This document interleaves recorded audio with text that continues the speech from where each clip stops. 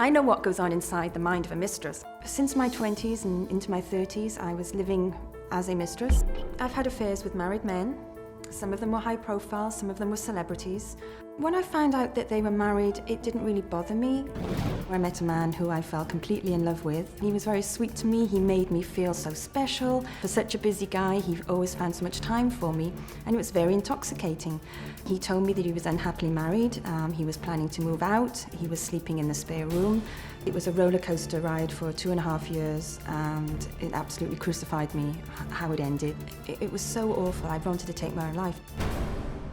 As the other woman, you're cast aside. It's almost like you don't matter. He's stringing you along and lying to you, and then when it comes to an end, it's like you didn't matter. You were just used by him. When I was lucky enough to come on the show previously, Dr. Phil said something that really resonated with me.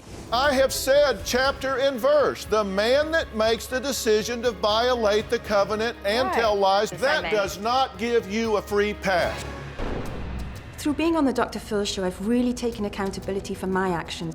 I had to help other women. I was compelled not only to have them live in the truth and realize that having an affair with a man who's married comes to nothing, but I didn't want them to go through the immense pain I was feeling. I'm determined not to let anybody treat me badly anymore.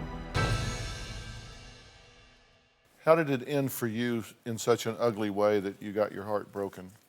Because the man I was in love with, and I mean totally in love with, wanted a life with him, and he professed to want the same with me.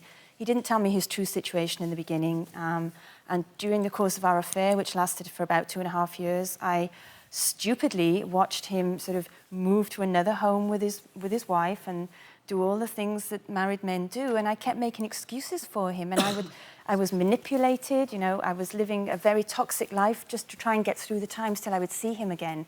He was a very intelligent man, he was a lot older than me, he didn't have to lie to me, he was a con man, really. And it took me to hit a wall of pain. And when I hit that wall of pain, I just knew I had to make some changes, or probably I wouldn't even be here today, quite frankly. It was that bad for me. Why did you make the change? And I realized I really was just helping him in his marriage, unwittingly, because he would even say to me, Sarah, because of you, I'm able to be a better father and husband at home. And I was so far in denial at the time, I would think, you know, whilst I'm crying and drinking too much and just completely a mess, I would think, wow, I'm helping the man I love be a better father and husband. How cool is that? I never put my own thoughts first. I never put my own, what I wanted first. So I just went through this transient lifestyle, and now I'm 41 and I'm trying to have people, I want all women not to waste the same, you know, 11 or 12 years living this kind of life that I did. You've been watching and seeing what's going on with these 4 women. Having been in the same situation in one way or another, every situation is different, everything has a different element to it. Do these women need to get out?